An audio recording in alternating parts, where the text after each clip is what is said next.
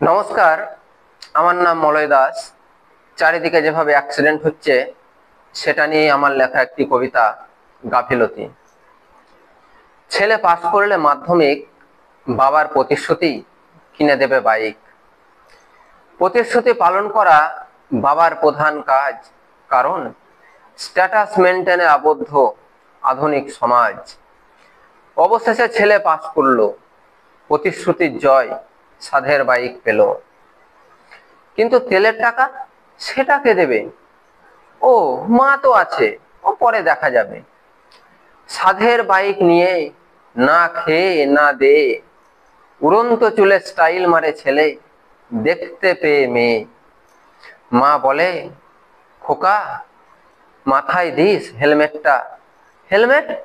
ওসব তো পুরনো যুগ, বোঝো না সেটা। ছেলের বাবাকে মাঝে মাঝে শুনতে হয়, তোমার ছেলে কি জোরে বাইক চালায়। বাবা ভাবে, এসব বয়সের দোষ, কিছুদিন গেলেই ঠান্ডা হবে সব জোশ। ছেলে একদিন বেরোলো না নিয়ে হেলমেট, সঙ্গে তার ছিল ওপারার নয়ন সেট। উড়ন্ত বাইকে দুরন্ত স্পিডে করতে গেল ওভারটেক, সজোরে লাগলো ধাক্কা, কাজে দিল না ব্রেক। নিঃশব্দ, বিধ্বস্ত, অসাড় হয়ে আসছে দেহ, চোখের সামনে ভাসছে তাদের মা বাবার স্নেহ।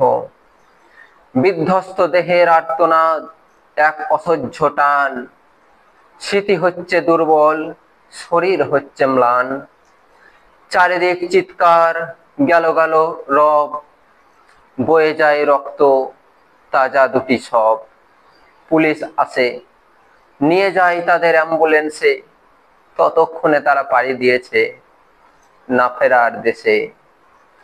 ছেলের খবর শুনতে পেয়ে মূর্ছা যায় মা ব্যথার সাগরে।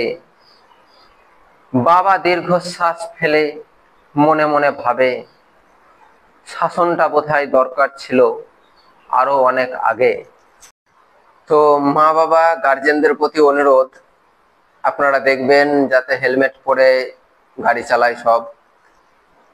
আপনাদেরও অনুরোধ, হেলমেট পরে গাড়ি চালাবেন, সাবধানে গাড়ি চালাবেন। একটা কথা মনে রাখবেন, জীবনের পথে সাবধানে থেকো, অন্যের জীবন নিজের মতো ভেবো। ধন্যবাদ।